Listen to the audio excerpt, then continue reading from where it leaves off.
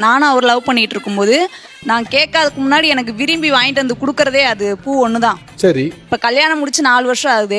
4 வருஷத்துல நான் கேட்கவே கூடாதுன்னு நினைக்கிறதும் பூ தான். ஏன் 3 வருஷத்துக்கு முன்னாடி பிளாஸ்டிக் பூலாம் இப்ப ட்ரெண்டிங்ல இருக்கு சார். பிளாஸ்டிக் பூவா? அது வாங்கி கொடுத்துட்டாங்க. இந்த பூ விஷயத்துல ஏன் இவ்வளவு யோசிக்கிறீங்க எனக்கு உண்மையிலே புரியலையேங்க. அதை காலையில் வச்சுட்டு ஈவினிங் அது வேஸ்ட்டாக போயிடும்.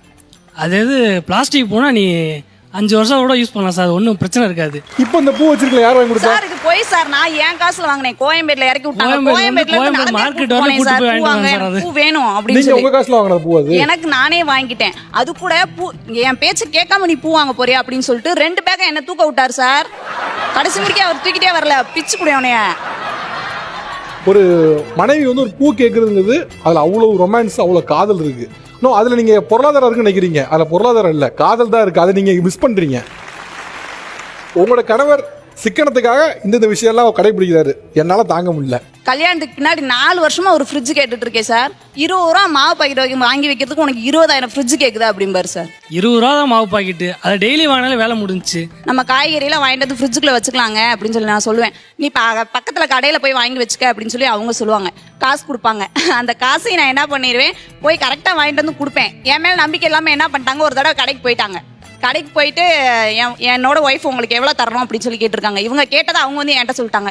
இவர் நம்ம மேலே நம்பிக்கை வைக்க மாட்டேங்கிறாரு அப்படின்ட்டு நான் கேள்வித்தனம் பண்ண ஆரம்பிச்சிட்டேன். என்ன பண்ணேன் அப்படின்னா, அங்கே வாங்கினது 30 ரூபாயா இருக்கும், நான் வந்து சொல்றது 50 ரூபாயா இருக்கும். இப்படி இது மாதிரி சேர்த்து வச்சு தான் இப்போ 2000 ரூபா செலவு பண்ணி இப்போ கூட்டு வந்திருக்கேன் சார் இந்த ஷோக்கு.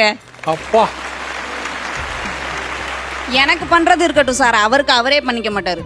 5 வருஷம் ஆச்சு சார் கல்யாணம் ஆகி. 5 வருஷத்துல எத்தனை ட்ரெஸ் வச்சிருக்காருன்னு அவரைக்கவே கேளுங்க சார். எனக்கு நான் எதுவும் எடுத்ததில்லை சார். பொய் சார், வாயில வரதெல்லாம் 4 ட்ரெஸ் வச்சிருக்காரு சார். 4 சட்டை. இப்போ போட்டிருக்க சட்டை கூட என் காசுல நான் எடுத்து போட்டு கூட்டு வந்திருக்கேன்.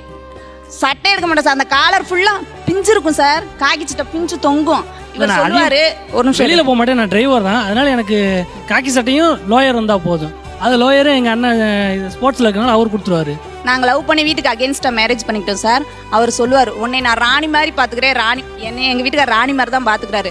இவர் சொல்லுவார், இவர் நினைக்கிறாரு என்னைய நல்லா பாத்துக்கிறேன்னு நினைச்சிட்டு இவர் நினைச்சிட்டு இருக்காரு. ஆனா அக்கம் பக்கத்துல இருக்கவங்க, என்னோட ரிலேட்டிவ் எல்லாம் பாக்குறவங்க எல்லாம், அவனே இப்படி எல்லாம் கிழிஞ்ச துணியை போட்டுட்டு அலையிறியான் செய்யறியான், இந்த பிள்ளை போய் இவனை முடிச்சிருச்சேன்னு இவர் என்னைய நல்லா பாத்துக்கிறேன்னு நினைச்சு இவரவே கேவலப்படுத்திக்கிறதுனால எல்லாருமே இந்த பிள்ளை போய் இவனை முடிச்சிருச்சே அப்படின்னு சொல்லி ஒரு மாதிரி பேசுறப்ப எனக்கு, நான் வேலைக்கு போறேன் சார், என்னோட சொந்தக்காரங்களும் என் கூட வேலைக்கு வராங்க, அவங்களாம் சொல்றப்ப எனக்கு ரொம்ப கஷ்டமா இருந்திருக்கு. எத்தனையோ தடவை நான் அழுதுருக்கேன். அவங்க ஆக்சுவலா வந்து உங்களுக்கு வெறும் சட்டை பேண்டா அவங்க பார்க்கல, மொத்த கௌரவத்தையும் தான் பாக்குறாங்க. அவங்க உங்களை வந்து 4 பேர் எதுவும் சொல்லிடக்கூடாது